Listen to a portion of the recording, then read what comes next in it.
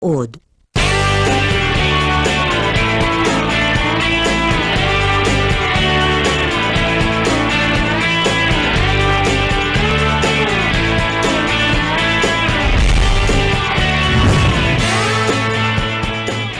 Approve na gabi po sa inyo lahat, mga kaibigan. Ako si Elaine Fuentes at inaaniyahan ko po kayo, samahan niyo kami muli at tulungan kayo. Sama-sama natin tuklasin ang mga pamaraan tungkol sa mga palatuntunan, proyekto, programa ng gobyerno, maging mga pribadong ahensya at organisasyon na sadyang ginawa po para sa ating kapakinabangan. Ibahagi naman ninyo ang inyong reaksyon, session, opinion sa ating email at fanpage na naka-flash po ngayon sa inyong mga screens. Makilahok na kaibigan dahil ito'y programang para sa inyo. Dito walang alinlangan dahil dito ituturo namin ang mga pamamaraan. Ito ang approve. Gawin natin to. Di ba sabi nila, kapag daw karunungan ng pag-uusapan, kinakailangan konsultahin yung mga nakatatanda o yung mga elder ng isang community. Pero hindi ako naniniwala dyan because I believe that we can learn from the young ones. Tonight, ay patutunayan natin yan kasi ang ating guest, isa sa mga tinuturing na young ones, millennial nga kung tawagin ngayon. Ano po? Kasi sila ay isang grupo na itinutulak ang tungkol sa volunteerism. Yung ano ba Tagalog ng volunteerism? Yung ang tawag dito, nag-aalay, nagkukusa para maghandog ng kanyang serbisyo. Ito dapat natin i-capitalize because not everything has to equate to money or gains. Ang volunteerism, ang pangunahing prinsipyo niyan, maghandog ng pwedeng ihandog ng walang inaasahang kapalit. Yan po, dito sa episode natin ng Approve, huwag kayong aalis, magbabalik po kami.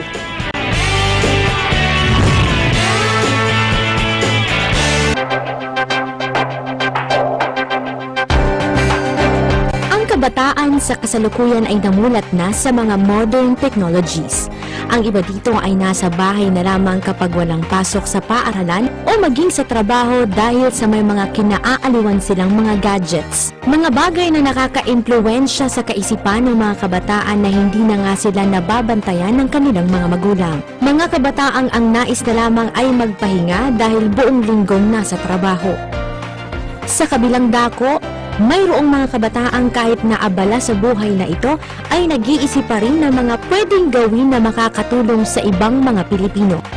Magandang matatak sa isip ng mga kabataan na kaya nilang gawin ang magbigay ng oras para tumulong sa iba, lalo na nga sa mga kabataang nangangailangan. Sinabi ng ating pambansang bayani na si Dr. Jose Rizal, ang kabataan ang pag-asa ng bayan. Napapatunayan ito ng mga kabataang nagiging ehemplo sa paggawa ng mabuti sa kanilang kapwa. Ang iVolunteer ay isang organisasyon na siyang nagiging tulay para sa mga taong buong pusong nais na tumulong sa kapwa na nakakaranas ng matinding problema at kakulangan sa buhay. Layunin ng organisasyong ito na maging daan sa pagbibigay ng pag-asa sa mga taong nawawalan na ng mga positibong pananaw sa buhay at hindi na magawang bumangon dahil sa mga problemang kinaharap nito. Bukod sa pagbibigay ng pag-asa, sila din ang nakakapagpasaya ng mga taong nais makasama sa kanilang paglalakbay. Hindi material na kagamitan ang handang ihandog ng iVolunteer sa mga nangangailangan, kundi pati na rin ang pagbigay ng mga impormasyong kapupulutan ng aral ng mga tao. Iba't ibang pamamaraan ang kanilang ginagawa upang maipatupad ang kusang loob na paglilingkod at ilan na dito ang pagbibigay ng simpleng handog, pagsasagawa ng mga seminars patungkol sa iba't ibang aspeto ng buhay ng tao, pagbibigay ng kaalaman kung paano mapapabuti ang nangyayari sa ating kapaligiran, pagsasagawa ng mga fundraising events at marami pang iba. Ang organisasyong ito ay nagsisilbing bayani para sa mga taong nanlilimos lang ng kakaunting tulong. At bukod pa doon, ito rin ang siyang humuhubog sa bawat tao na mas maintindihan ang prinsipyo, pagtulong o paglilingkod ng kusang loob.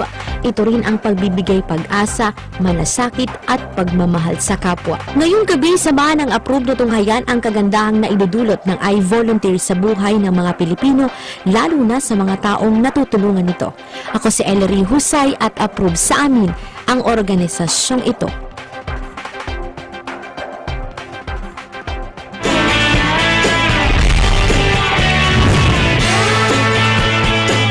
welcome back mga kaibigan. Pagka mga bandang Tuesday na, pababa na yung energy natin. Pero tonight, let me warn you na medyo tataas na ang ating energy kasi ang ating i-interviewin ay nasa sector ng kabataan. Manghihiram tayo ng energy sa kanila.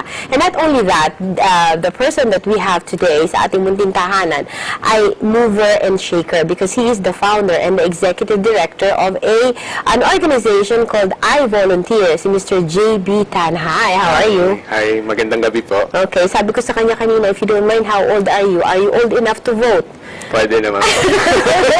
Because he actually looks young. He is young, but he looks younger than his age. Okay, iVolunteer. Pagka merong letter I, di ba? I exchange, I volunteer. Pagka mga ganyan, alam mo, millennials yun kaagad eh. Meron na yung tag na millennials. What is iVolunteer? So, isa po kaming non-profit organization. Okay. Simple lang po yung pangarap namin is para gusto namin maging maganda yung Pilipinas. Okay. And alam namin hindi kaya to ng isang tao, ng gobyerno. Kailangan natin magtulong-tulong. So, para mangyari yon, tinatawagan namin lahat ng tao na mag-volunteer. Okay. Volunteerism, the spirit of volunteerism. And they took it one step further. Kasi alam naman natin, mga Pilipino, ang dali naman mag-volunteer talaga dyan. Konting kalabit lang sa puso, napakabilis namang mag-respond. But, meron tinatawag din na mismatch. O kaya, meron din tinatawag na not knowing where to go for your volunteerism. Marami naman kasing forms ng volunteers. Merong time and effort, meron namang talent, meron namang resources, meron namang connection. So, ang tanong kasi, okay, may connection ako, saan ko ba dadalhin? Baka mamaya, mapahamak pa ako kasi syempre, pag ako yung nag-endorse, ako yung nakataya doon. So, here comes iVolunteer. What does iVolunteer do? So, kung kayo po, may oras po kayo ngayong weekend, punta lang po kayo sa website namin, ivolunteer.com.ph. Marami pong volunteer opportunities na nandoon. If you're interested to help on education sector, maraming opportunities on tutorials. Okay. If you're interested to help on environment, marami rin po nagti-tree planting. So, depende po sa kung anong gusto ninyong gawin. Okay, so kung ano yung word ng mga kabataan? Kung ano trip nyo? Oo, yun. Okay, pero itong iVolunteer, I suppose, is run by young people like you. Yes, and Okay. all of us are also volunteers. Lahat po na nagpapatakbo ng iVolunteer ay may sariling trabaho. Okay. So, for example, for me, I work in the IT industry. Okay.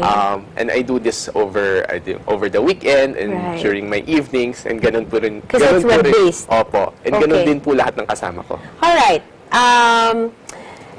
Medyo speechless ako ng konti kasi this is an area where I think we really should cultivate, and congratulations to your parents and to the parents of the other volunteers in your organization kasi, you know, ano pangalan mami mo tsaka daddy mo? Mary and Jesus.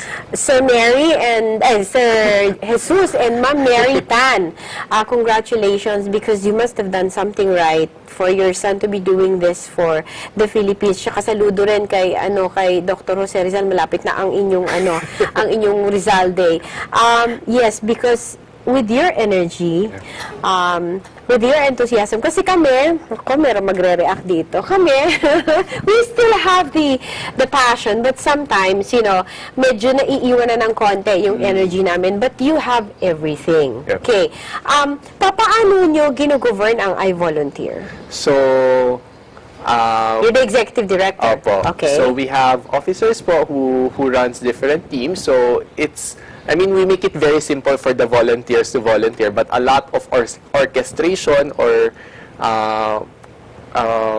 marami pong trabaho ang nangyayari behind the scene. First is, we don't create our events just for the sake na may mapag-volunteeran yung mga tao. Okay. So, we partner with other non-profit or non-government organization who needs volunteers, Okay. and we get their opportunities and promote it to the volunteers such that kung isang araw ka lang pwedeng pumunta, magturo sa bata, by next week, meron pa rin magpapatuloy ng programa. Hindi na sayang yung effort ng volunteer. Okay, so para siyang marketplace Opo. ng both for those needing volunteers and those who are needing areas to volunteer in. Yung mga interesado pong mag-volunteer. Opo. Okay. So, bata pa kayo, alam ko may mga trabaho kayo, like you Opo. said, you're in the IT industry, pero it entails costs pa rin, somehow. So how do you fund your organization? So, the cost naman is not very huge because yun, everybody naman in iVolunteer nga are volunteers, so everyone is sharing their time and capacity.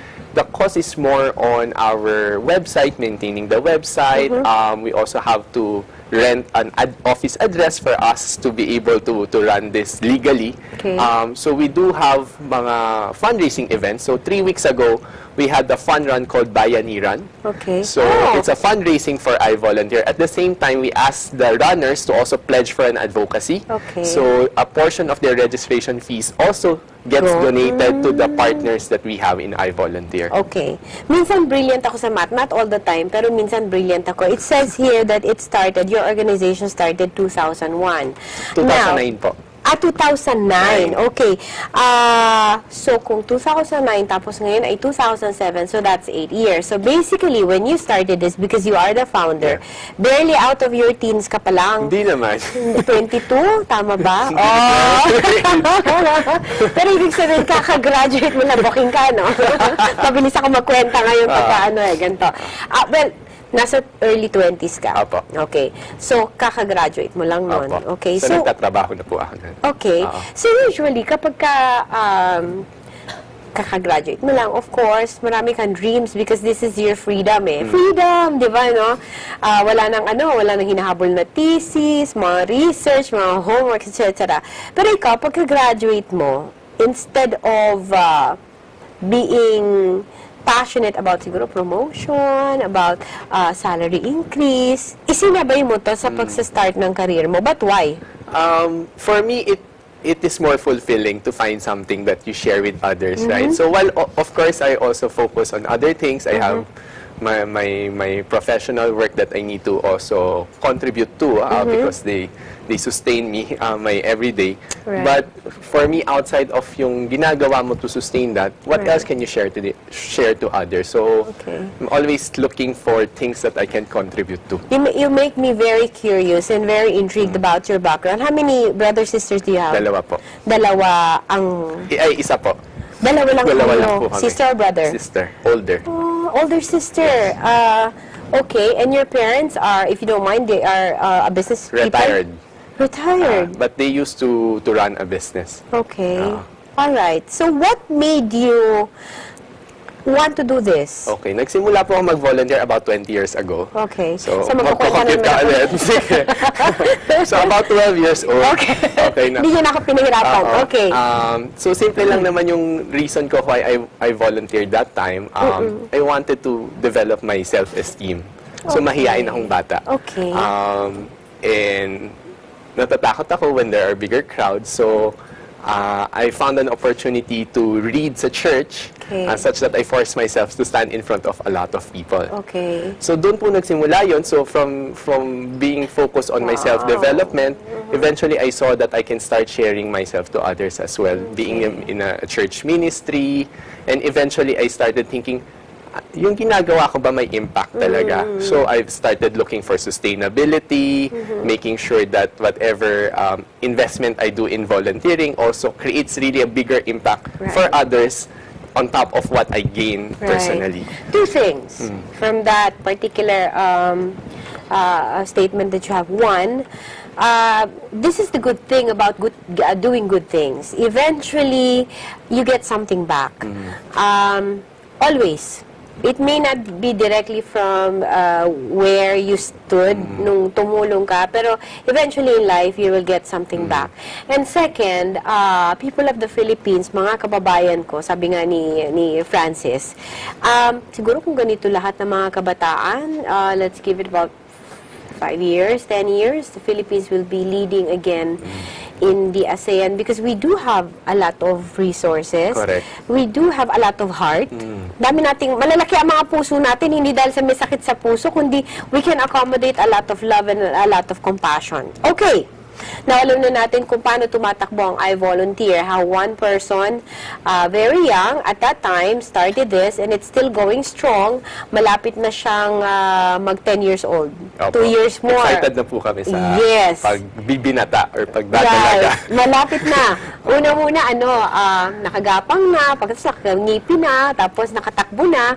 Ngayon, nag-aaral na siya.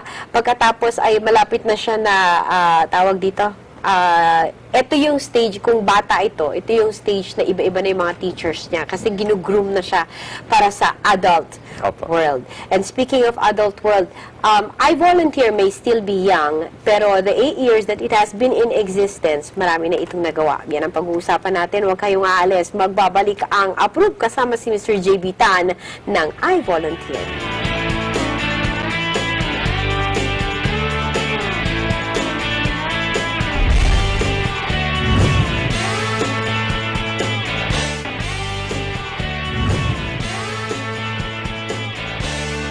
Pagka young ones ang kausap natin, pagkatapos young ones that are actually doing something about their lives and level up pa, doing something about the lives of others, parang ang sarap mabuhay.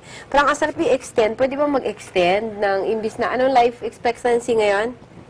Dito 70. Sa Pilipinas, 70. Parang ang sarap extend ng 20 years pagka ganito yung mga kausap mo. Kasi parang, me being a mom, parang ang sarap yung subaybayan ba? Yung hindi kayo pakikialaman pero susubaybayan lang na parang tignan mo to, mas maganda to. And the better thing about this is that this is about volunteerism. Okay? And this is volunteerism on your part kasi volunteers kayo lahat. Opo. You encourage volunteerism in others. Correct. At again, level up na naman, placing them where they would be most utilized. Correct. Okay. 8 years old na si iVolunteer. How is it doing? Ano na yung mga nagawa niya in the past? So we're happy to say within Metro Manila only, we've gathered already about 20,000 Filipinos to volunteer and respond to 145,000 volunteer opportunities. Wow! Teka muna sandali Ko-compute tayo uli 20,000 volunteers for 140,000 volunteer activities. So, isa lang ang pwedeng i-deduct natin dito. These volunteers do not stop one time. Correct. So, kapag nag-volunteer sila, umuulit-ulit talaga sila. Okay. At marami po hindi na namin matrack because they go directly to the NGOs. And it's a good thing. Yes, it's a good thing actually. Yes. And some of them are actually leading NGOs right now. So yun yung maganda, no? Yung transformation ng individual. Naririnig namin dati, wala akong pakialam. Right. Bored lang ako, kaya ako naghanap ng gagawin sa Google. Right. Now, I'm a leader in a non-profit organization. So nice. So this is not just about volunteerism, it's also about grooming leaders. Future leaders po. Future leaders and grooming future leaders with the heart of a volunteer. Correct po. Okay, give me examples of volunteer works that you've done. You mentioned in tutoring, no? Opo. And then yung tree planting sa environment. Opo. What are the others? So, sa environment, then we have a partner in Pandacan. They do recycling naman. So, Okay. they collect plastics. Then, they do sorting and recycling. Okay. How do they recycle? Iniinit po nila yung mga bote para po yung maging para mga flowers, ganyan? Hindi, yung mga bricks po yung sa sahig. Oh, okay. So, construction materials. Opo, Okay. opo. Nice, okay. Meron din po sa, ano pa ba? Meron din kami on animal welfare. So, we have partners on yung mga animal shelter. They need volunteers to Care for the animals, run the dogs or cats, or wash them. Or to walk them and be companions to Correct, them. yes. Okay. So, ang dami, no? Ang dami. So, we try to get as much variety as we can because iba-ibang tao may iba-ibang hilig yan, di ba? In order for us to encourage all Filipinos, which is our dream, kailangan mahanap namin yung kiliti nila. Right. Kung saan sila magiging masaya. Because after all, a helping heart is a happy heart. And even more so, kapag kayong dun yung weakness mo ba, halimbawa si Miss Weng Maduma, ano bang weakness ni Miss Weng Maduma? Mga kabataan, yung mga babies, mga mahilig siyang mag-care sa mga malambing siya. So, kapag kayo ng gusto ng isang tao, kailangan meron outlet Opo. So, doon yung ginagawa So, ninyo? marami din kaming partners on children. So, Okay. yung mga nagpapakain ng bata or yung simple art workshop just to trigger their creativity. Right. Ayun, then yung mga tutorials then is more catered for the kids. Okay. There are so many issues of our society, no? Na hindi naman lagi natin sinasabi, hindi tayo dapat laging nakadepende lang totally sa gobyerno. We have to be able to do something about it. And volunteerism is one way of helping. Okay. So nakikita mo ngayon, ikaw na lang, personal take, what is the biggest concern of our society na malaki yung maiko-contribute ng mga kabataan? Unang-una po is with social media today, a lot of the people are thinking that they're doing something by sharing, but I think we can push them to do more. I like that, yes. So aside from just liking sa Facebook, Right. I encourage them to go out and really see the reality so that they understand and create solution. Right. Marami sa kabataan natin, creative yan eh. Right. Di ba? Marami silang naiisip na mga hindi naiisip ng Yes, that's true. older Namin. generation. Di ba? Diretsuhin mo na, yes. So, I mean, but they need to be there to understand and really provide the right solution. Right. Kung nagbabasa lang sila or nagpa-follow lang sila sa Facebook, iba rin yun eh. Iba Right. versus nakikita mo yung reality. Right. Meron kasi mga armchair likers. Walang ginawa, maghapon, maghahanap, no? O, tapos ipopost siya sa wall niya. Sabi niya, paki-help naman ito para makarating sa DSWD, ganyan. And, you know, basically, that's one very small percentage of helping. And what Mr. JB Tan is saying here is that there's a huge opportunity within that same situation. Correct, Okay, yes. so imbis na nandun ka lang sa kwarto mo, sa laptop mo, sa tablet mo, sa smartphone mo, actually go to the place. Correct. And one way of doing this is by logging on to their website, ready your pens and papers, mga kaibigan, because we're flashing on your screen the contact details of iVolunteer. Punta kayo sa website, no? Because there are, explore. There are so many things to explore there. For example, give me a bird's eye view of what we can find in the iVolunteer website. So pagdating nyo po doon, makikita nyo yung different opportunities. You can sort kung saan kayo mahilig. So kung environment or education, you can sort it out. Or kung hindi nyo alam kung anong hinahanap ninyo, gusto nyo lang tumulong, pwede rin naman, browse lang kayo doon, check what's the available schedule that matches your availability. So we have sabi ko na, education, environment, animal welfare. We also have on hunger, so may mga nagpapakain. One example is Karinderya ni Mang Urot sa may Quezon City. They have Where is this? Sa may Quezon Ave lang. Okay. So it's a soup kitchen every Friday, Saturday, Sunday. Alright. Kung sinong nagugutom, pwedeng pumunta doon at kumain. Okay. Meron din kami on some of our NGOs also need help on technology. So yung mga IT developers, they need simple websites for them to be able to convey their advocacies better. Right. So marami pong... So kung ano meron ka, bring it to the table. Kung meron kang IT know-how, pwede. Kung meron kang tawag dito, kaalaman sa nutrition, Pwede better po. din. Kasi meron namang magluluto, pero hindi naman alam kung ano yung mas magandang ihahalo doon sa iluluto, pwede mo siyang tulungan doon. Ngayon, kung wala ka, kung hindi meron ka lang ng time, Pwede rin po. pwede rin.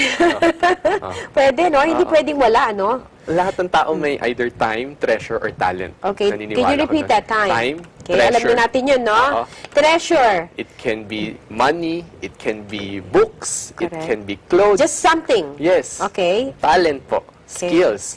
Like what we said, it can be marketing skills, finance and accounting skills, Right. nursing skills. Right. And even reading skills. Opo. Because there are reading for 3 children. Opo. Okay. There are so many things that I want to ask you because you're one fantastic person and I'm not just saying that dahil nahandito ka, no? Kasi I can feel the passion yung sa pagsasalita mo and it seems like you are quite the expert dun sa 8 years mo na vast experience mo sa volunteerism. Ano yung biggest challenge sa field ng volunteerism? Let's divide it into 3, okay? Doon muna sa volunteer. Okay. Sa volunteers po, what we're trying to inculcate now is professionalism. Okay. Because marami pong nagvo-volunteer or will say that they want to volunteer but they don't show up during the actual event. Okay. Yung iba po sa mga NGO partners namin nagrereklamo, mga volunteers, tatawagan pa ako niya ng midnight right before the event. Nagising ako, but then hindi rin sila nagpakita.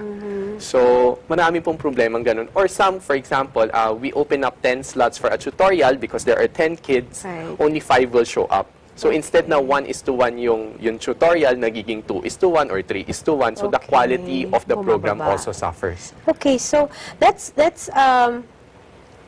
wala lang title dati. Pero naririnig na natin yan, may mga ganyan nga na nangyayari. Pero ngayon, binigyan mo siya ng label na to professionalize the field of volunteerism. And it's very clear to us now na oo nga naman, kasi being a professional entails a lot of good things that can benefit everyone concerned.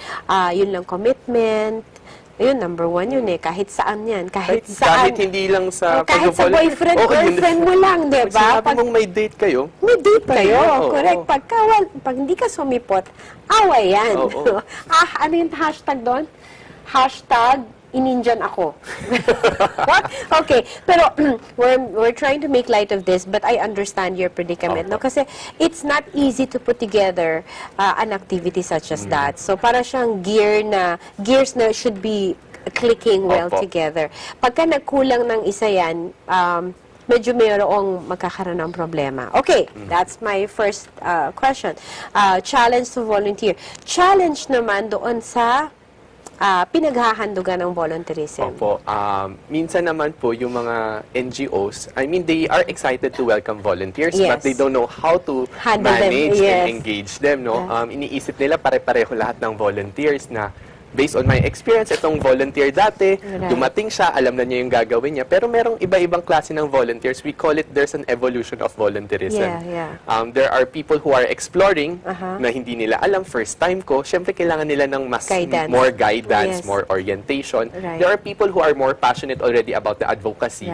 Kahit hindi mo nasabihan yan, alam na nilang gagawin, di ba? So, we also need to train the NGOs, and we're also going into that area where we build the capability of our partner NGOs such that they can effectively grow the volunteers and eventually, hopefully, they become leaders of their organization. I like what you said, no, build the capacity of our volunteers. Kasi you are very right. Na meron yung bago lang, no? Kumbaga parang hindi pa alam kung ano dadamputin, nag-aalanganin pa, baka masyadong presumido ang dating niya. Meron naman na pagdating pa lang, kala mo part siya ng organization, di ba? Dampot ka agad. At maya-maya ng konti, nag-aano pa siya, nagko-command pa siya dyan, dito, ganyan. So, eto na yung susunod ko. That's the perfect segue to my next question. Kasi di ba, volunteers and then those who they volunteer for. And then yung tatlo, which is the field of volunteerism itself. You actually answered na part of my question, which is the challenge. Yung capacity building and how to make this an integral part of our community. Kasi I don't think there is ever a community or anong tawag dito, a civilization na walang volunteerism. Lagi. Integral part of being human ang volunteerism. Whether it's formal or informal. Yes, exactly. Even educated or non-educated, kahit sa tribu yan, meron pa rin siyang volunteers. So, ano yung nakikita mo na biggest challenge sa field of volunteerism aside from the capacity building of the partners? I mean, the basic understanding of volunteerism, I think we still have an opportunity to elevate that. We hear a lot of stereotype na ang pag-volunteer pang mayaman lang yan. Or ang pag-volunteer pang retired lang yan once they have... Yung maraming oras lang yan, walang magawa. Or hindi, na-accomplish na nila lahat ng gusto nilang gawin. Successful na sila, pwede na sila ulit mag-volunteer. Some would say naman, ang pag-volunteer pang bata lang yan. Yung mga nag-aaral, yung marami pang oras. Some also think na volunteerism is for girls. Because a lot of... Nurturing daw, So yun. So we need to break those stereotypes and really elevate that everyone can do something about it. You know what? In fairness to you, I think you've broken all of that. Kasi you're not old, you're not retired. Hindi ka na nag-aaral at hindi ka babae. Okay? So, you serving as a perfectly good example. You're the poster boy of volunteerism. So, what do you think we can do to make that happen? It's a continuous education. So that's what we're trying to do. We're trying to reach as many Filipinos as we can through social media. We partner with TV and media Yes, like you yes, guys, yes. such that we can bring the message out and hopefully influence the rest to also do the same. That's very good. So I suppose from the way that you're talking, you're not done. Far from it. Of course. Hindi Okay. pa po. Mahaba pa yung tatakbuhin natin. Are Nasa you going to do this? 20,000 pa lang kami, 100 million po tayo. Yun, di ba? Talaga ang kanyang, nire-ratio niya talaga eh. 110 million na tayo actually. 110 na po. 110 million, 20,000. Ang liit pa lang daw nun. Ano ba ang target ninyo? Yung tawag dito, feasible number that we are targeting. Yeah, our goal is to reach at least 1 million. 1 in million. the near Bad. future. Yeah, that's only up 1% of our About population. 1%, yes. Yeah. 98 or Yeah. something percent. Not bad. Ngayon, aalamin natin anong plano, paano itong continuing or continuous education to further the causes of volunteerism. Yun ang pag-uusapan natin. Pagbabalik pa rin ni Mr. JB Tan, ang founder, executive director ng iVolunteer. We will be back.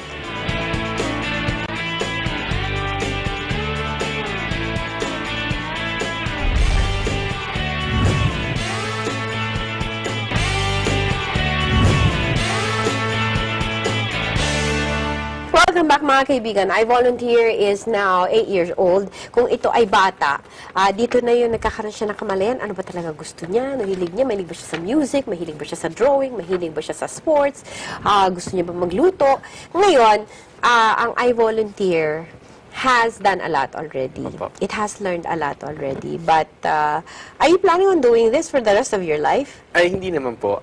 One of the principles, hindi naman po ako, hindi ko pong binalak maging executive director po ng iVolunteer forever, no. Pero No, but as a volunteer, as a volunteer po, opo. always talaga. Oo. Part na siya ng Siguro, JB Tan. oo, in different capacity siguro. I mean, Yes. Nag-evolve nga eh. Oo, based on my life stage, so how I will evolve. I mean, my capacity will also change, right? Right. So, but Kasi you're growing with your volunteerism eh. Okay, so 8 years old na. Kung bata yan, alam niya na kung ano yung mga hilig niya. Kikita mo na, di ba, basically, kung saan ba talaga siya. Opo. Saan papunta ang iVolunteer? So, one is to reach more Filipinos. We're looking into expanding to The other... 1 million. The 1 million Okay. Filipinos. So, 110 na po. Okay. We're starting to look into expanding to other provinces. Marami pong lumalapit sa amin in other provinces na gusto ko rin tumulong. But Yeah. unfortunately, we're not yet there today, right? Yeah. So, Sa expansion geographically. opo, Okay. that's one. Second is we're looking into having more variety nga in terms of our Right. advocacies that we Right. support. Yung menu. Opo. Okay. That's our basic bread and butter, I would Okay. say. Third is we're now partnering with corporations to also engage their employees to volunteer and Okay. empower them to strengthen their CSR programs. Right, right. So, a lot of partners, marami pong lumalapit sa amin from very simple na we just want to do a simple tree planting so we can help you with that. Or if you have more advanced CSR programs but you needed help in technology, iVolunteer can also help you with that. Yeah. Yeah. So, completing the picture. Opo, opo. Okay. Yung mga companies, the corporations that you mentioned, yeah, by law, they are required na magkaroon sila ng a portion of their earnings and their whole resource ay mailagay sa CSR, which is of course about the community, no? Kaya lang, unfortunately, meron na parang ano na lang siya, ceremonial or compliance Opo. lang siya. Halimbawa, yung isang, di ako magbabanggit ng isang brand, pero halimbawa, paint company, pininturahan yung isang portion ng highway. Pero what did it do actually? Wherein, kung merong papasok na may mga ibang ideas, like you said, it could be richer, it could be Correct. deeper, and it could be, ang tawag doon, mahaba yung epekto. Impactful. Yeah. For example, sige nga, test nga kita. For example, lalapitan natin si paint company. Opo. Okay, sabi niya, sige, meron akong, pwede ko itong ilagay, ito, environment friendly itong paint ko na to. Tapos, sige, logistics at saka pagkain. Wala akong volunteers na magpe-paint. Ano pwedeng gawin ng Yeah. So, we can offer it to our partner communities na nangangailangan ng shelter. Right. Or to make their communities more vibrant. Right. So I think that would be more meaningful in Right. terms of the impact that this company can do. Yeah. So, parang stakeholders si community. Opo. Kasi binigyan sila ng paint, pinaint nila yung whole community Opo. nila. And, yung konti pa na maibibigay ni paint company, like for example, food and Opo. logistics, pwede pa yun gamitin for the community to bond together. Correct. Yun yung sinasabi natin na matching everything and then putting it in one bowl and seeing what we can come up Opo. with. Okay. And there's more of this in the future. Opo. How about your website? Are you planning on making changes to your website? So we are continuously upgrading our website. We know technology is an enabler today, right? Especially for you guys. Opo, opo. So our website is now mobile responsive, so they can use it also over their phone. Okay. Sana pa develop din kayo ng mobile app? So plano din po namin Okay. magkaroon ng mobile app eventually. At the same time, since nabanggit ko po kanina, one of our biggest challenge is also on professionalism of volunteers. Right. We're looking into gamifying the process Okay. such that our partners starts tracking din attendance. Right. And hopefully we can delight yung mga pumupunta talaga. Right. So yung who goes there, we can delight them and maybe give them a little few things that will motivate them that's even so further. very good. Here at Net25, we are into edutainment. You educate and you entertain at the Alright. same time. Your avenue for educating is by entertaining. Kasi entertainment doesn't have to be blanco Opo. or wala lang, mababaw lang. It could be deep also. And this is what you're getting at. Na i-gamify natin. Alam niyo naman, mas challenging pagka may konting game Opo, opo. Yeah. Tapos, hindi lang yon, parang nadadagdagan lang din yung feel-good vibes. Opo. And yung ng the whole motivation thing. po. And yung motivation. Okay, how many people behind you do you have at iVolunteer? We are about 20. 20. na Young ones volunteers like lahat. you? Opo, meron pong mas bata pa, may mga estudyante. Really? Meron din mga ka-age ko, meron din pong mas matanda pa ng konti. Okay, kasing enthusiastic mo ba sila? Opo, lahat po. As in, may nakikita ka na ba na magmamana ng trono mo? Meron naman po. Tinitrain mo na Opo. siya? Okay. Now, there's so much to say and there's so much to impart to our audience. Pero I think it's much better if you go to their website kasi that will speak for the organization itself, and who knows, baka mamaya may makita kayo na na magtitikel sa inyong fancy at pindutin nyo yun, tapos bukas o kaya doon sa scheduled time nandun na kayo. Diba? Balitaan nyo naman kami dito sa APRUB na nakita ninyo si iVolunteer through APRUB para magkaroon tayo ng partnership. And by the way, we are now partners with you, Miss Weng, ha? I-formalize na ito, partners na ang APRUB with iVolunteer kasi marami din lumalapit sa amin. Sometimes, may matitisod tayo dyan na, I have this, I don't know where to put it. Tapos alam mo na, di ba, in the past years kasi mga foundation nagkaroon ng medyo bad stigma. Opo. So, eto, just to connect you, and the good thing about iVolunteer is that if you go on your own, pagkatapos kayo ma-connect, it's good news for them. Alright, yep. Alright, so I wish we had more time but we don't. So bibigyan kita ng mga 30 minutes din. Mga 2 minutes lang to address the audience para yung lahat na sasabihin mo, para ma-encourage sila na mag-volunteer din. So sa lahat po ng nanonood ng APRUB, I hope you start your journey with us. It's an adventure. That's what we call it. Minsan hindi mo alam kung anong pinapasok mo, but you gain something more after you do it. So join us in this adventure of volunteerism. It's fun. It's also fulfilling. I would want to invite you to visit our website, which is ivolunteer.com.ph. This coming November, December po, meron kaming tinatawag na Operation Christmas Elf, where we get wishes from our community partners. Right. So for example, for soup kitchen, sometimes they will ask for kitchen utensils so that they can continue their advocacy. Lahat talaga, no? Oo. Okay. So I hope you guys can be an elf and grant their wishes this Christmas, such that they can continue their good deeds within within their respective communities. And what to look forward to in 2018? Sa 2018 po, nasabi ko na kanina, we are looking into expanding outside of Metro Manila.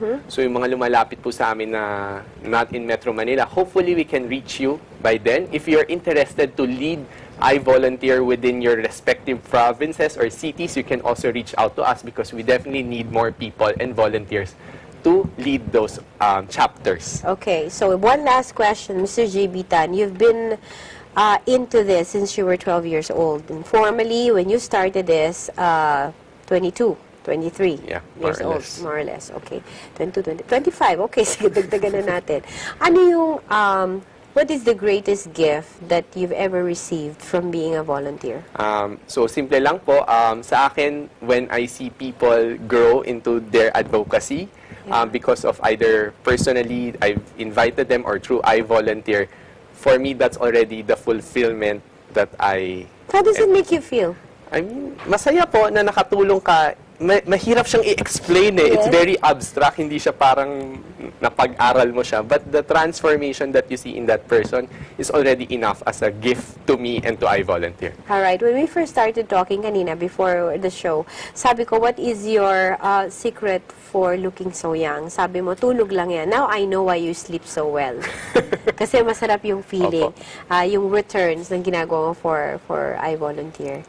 Well, congratulations, JB. It was an honor to have you here. Salamat po. And please let us know your activities kasi we have a public service billboard. Alright. So we can put it there, okay? Sige po. And please get involved in our website also. We have a fan page and we'll do the same. Okay, lagay natin yung link nila sa ating webpage. Salamat Thank po you very marami. much. Alright, Thank you. Mr. JB Tan, ang Founder Executive Director ng iVolunteer. Volunteer na. Ito na po ang kanilang contact details, yung kanilang website, ang kanilang texting number, etc. etc. May FB din ba kayo? Opo, meron May din. FB rin sila. Kaya matatagpuan nyo doon si Mr. JB Tan. Alam ko yung mga iniisip niya. Kasi uso-uso yung looks ni Mr. JB Tan. Yeah. But you'll have to ask him your questions personally. Magbabalik pa rin ang approve.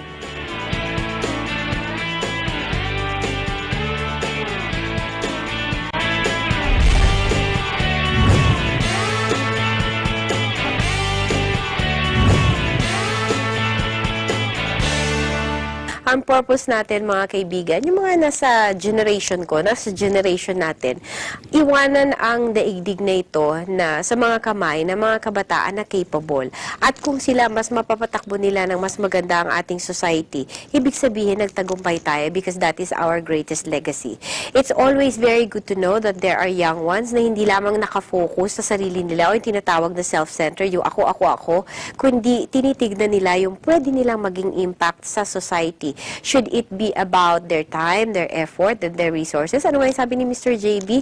Time, treasure, and talent. Lahat tayo meron yan. Walang ipinanganak sa mundong ibabaw na wala kahit isa. So kung meron ka niyan kahit isa, at mas maganda kung lahat meron ka, andito po ang iVolunteer. You can search for what you want to volunteer in at yung inyong maihahandog sa ating community o kahit sa isang tao lang magkaroon kayo ng impact. That's already very big because that's one less person to worry about. We should help the government. We should not just ask the government to do something for us. We should also ask, sabi ni John F. Kennedy, ano man yung pwede kong gawin para sa aking bansa? Wala na tayong oras, mga kaibigan. Approve na isang oras. Kasama kayo, tandaan ito ay programang para sa inyo. Tuwing Martes ng alas 8 ng gabi, kami po ay inyong makakasama at your service. Ako po si Elaine Fuentes at ito ang Approve. Gawin natin to.